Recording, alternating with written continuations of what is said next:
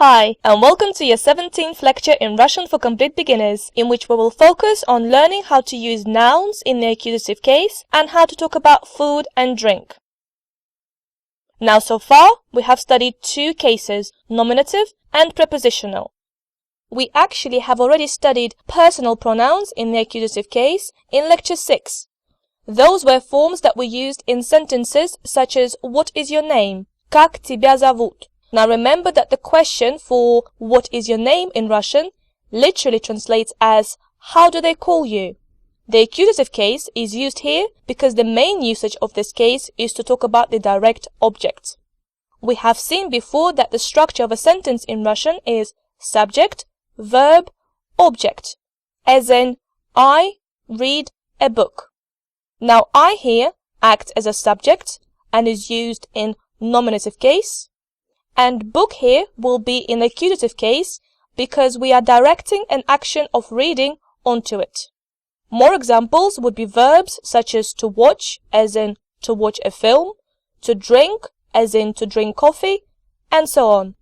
Now, as a result, two question tags, one for animate, кто, and one for inanimate, что, which we're going to be using in accusative, are кого, and что.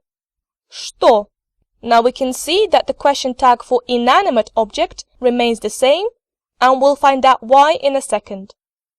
Also note that the letter G in the question tag кого is pronounced as V, same as possessive его or word for today, сегодня. Firstly, let's have a look at a new verb that is widely used with accusative case. This verb is to see, видеть.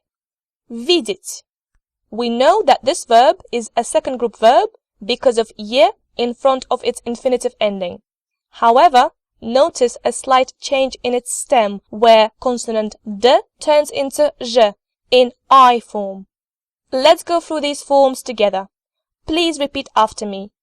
I see, я вижу. You see, ты видишь. He, she sees, он, она видит.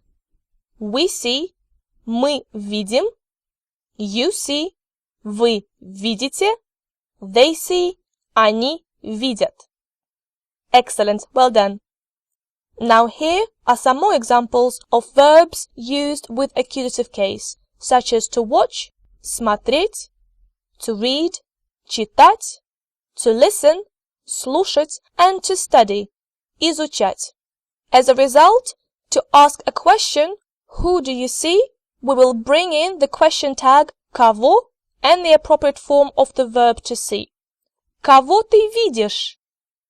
To ask what do you see, we will bring in что and the appropriate form of the verb to see.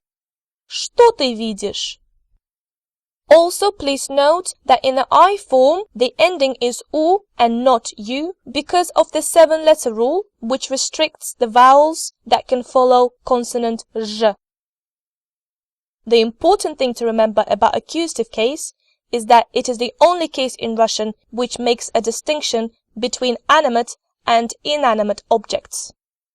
The great thing is that all inanimate masculine and neuter words in singular do not change their ending, which means that they will have the same ending as they do in the nominative case or what we call the dictionary form. Masculine and feminine animate and feminine inanimate nouns, however, apart from feminine nouns with a soft ending, do change their ending in singular accusative case. Animate masculine words that end in a consonant will have an additional ending a, as in doctor, доктора. All other animate words and feminine inanimate nouns will have their ending replaced with new endings in the accusative case. Let's go through these examples together. Герой, hero, becomes героя. Учитель, teacher, becomes учителя. Подруга, female friend or girlfriend, becomes подругу.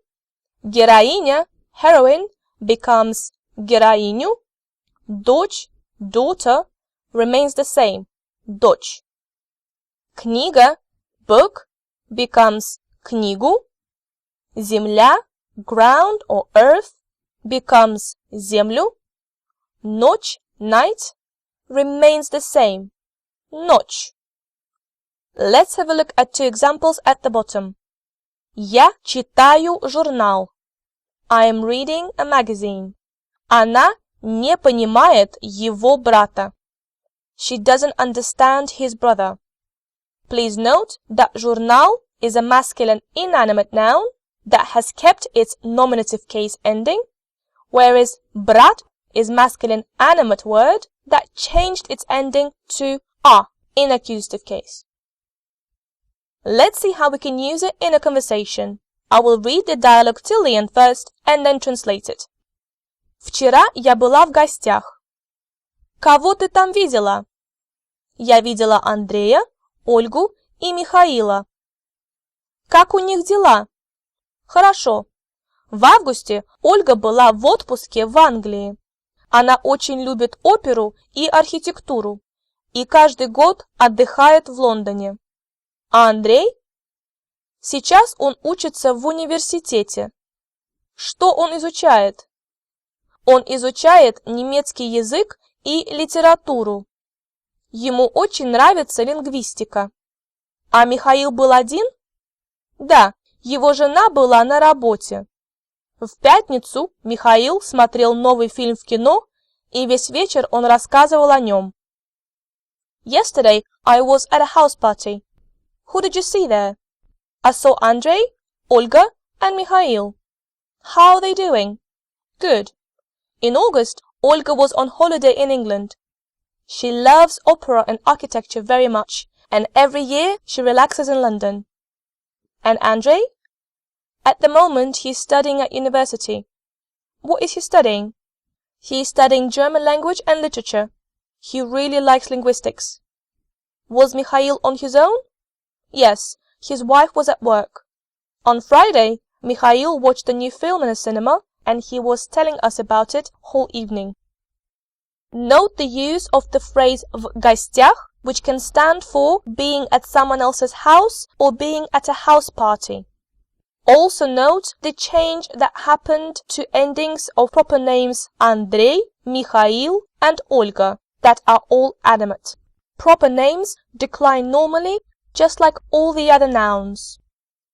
Please also note that the verb to love, любить, is followed by accusative case, as in она очень любит оперу. However, the verb to like is used with nominative case, as in ему очень нравится лингвистика. In the first sentence, feminine inanimate word has changed its ending to u because of the verb любить. However, in the second case, the feminine inanimate word linguistics, lingvistika, has kept its ending in the nominative case because of the verb to like.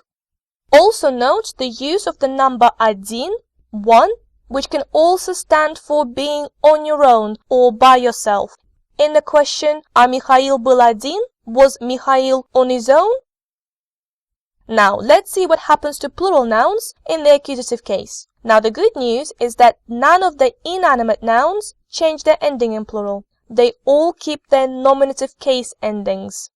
However, masculine and feminine animate plural nouns change their endings. Remember that masculine words that end in a consonant will have the ending added to them. However, all the other words will have their endings replaced with a new ending in the accusative case.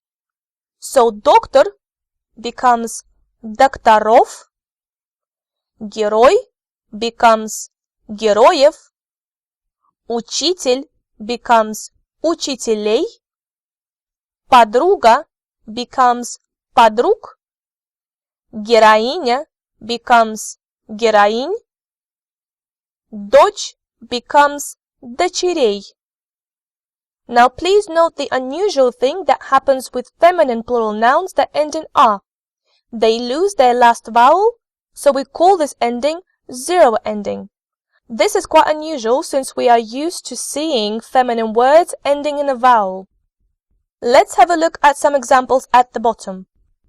Я читаю книги. I am reading books. Они не понимают их учителей. They don't understand their teachers. So here's the summary of what happens to nouns in the accusative case.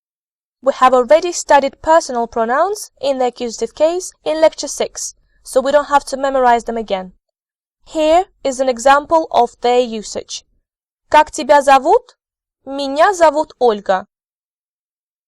Accusative case is also widely used when talking about food and drink, in sentences such as I drink tea or I eat pasta. So let's have a look at some relevant vocabulary. There are two main verbs that we will use here in accusative case: to drink, pить, and to eat, есть.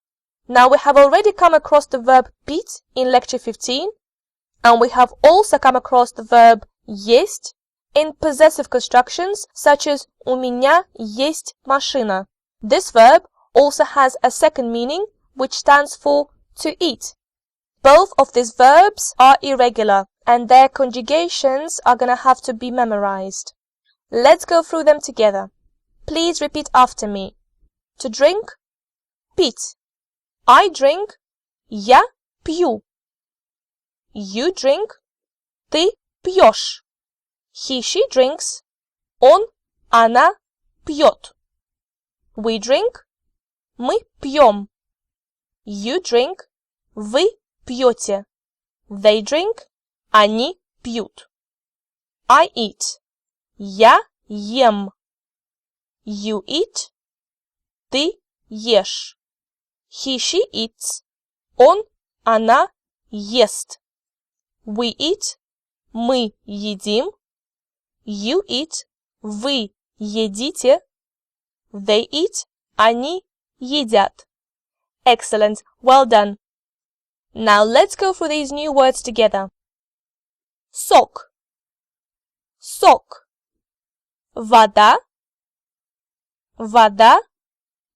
Пиво, пиво. Вино, вино. Водка, водка. Чай, чай. Кофе, кофе. Виски, виски. Молоко, молоко. Овощи, овощи. Салат, салат. Фрукты, фрукты. Хлеб, хлеб. Рыба, рыба. Рис, рис. Сыр, сыр. Масло, масло. Мясо, мясо. Excellent, well done. Now let's turn to the Bailey family and find out what they like to eat and drink. As usual, I'm going to read each paragraph till the end first and then translate it. Папа Джон. Он любит есть мясо и овощи. Утром он никогда не ест. На завтрак он обычно пьет кофе. Dad John. He loves to eat meat and vegetables. In the morning, he never eats. For breakfast, he usually drinks coffee. Мама Анна. Каждый день она ест рыбу и салат. Она любит пить белый чай утром и вечером. Mom Anna. Every day she eats fish and salad. She loves to drink white tea in the morning and in the evening. Дочка Наташа. Она вегетарианка.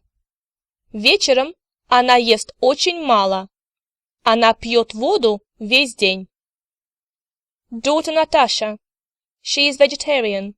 In the evening, she eats very little. She drinks water whole day.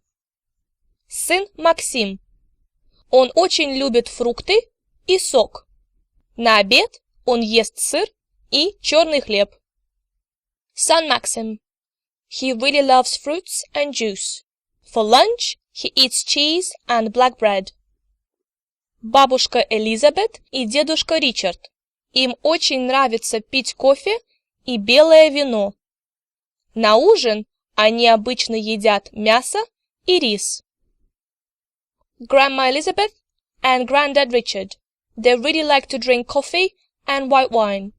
For dinner, they usually eat meat and rice.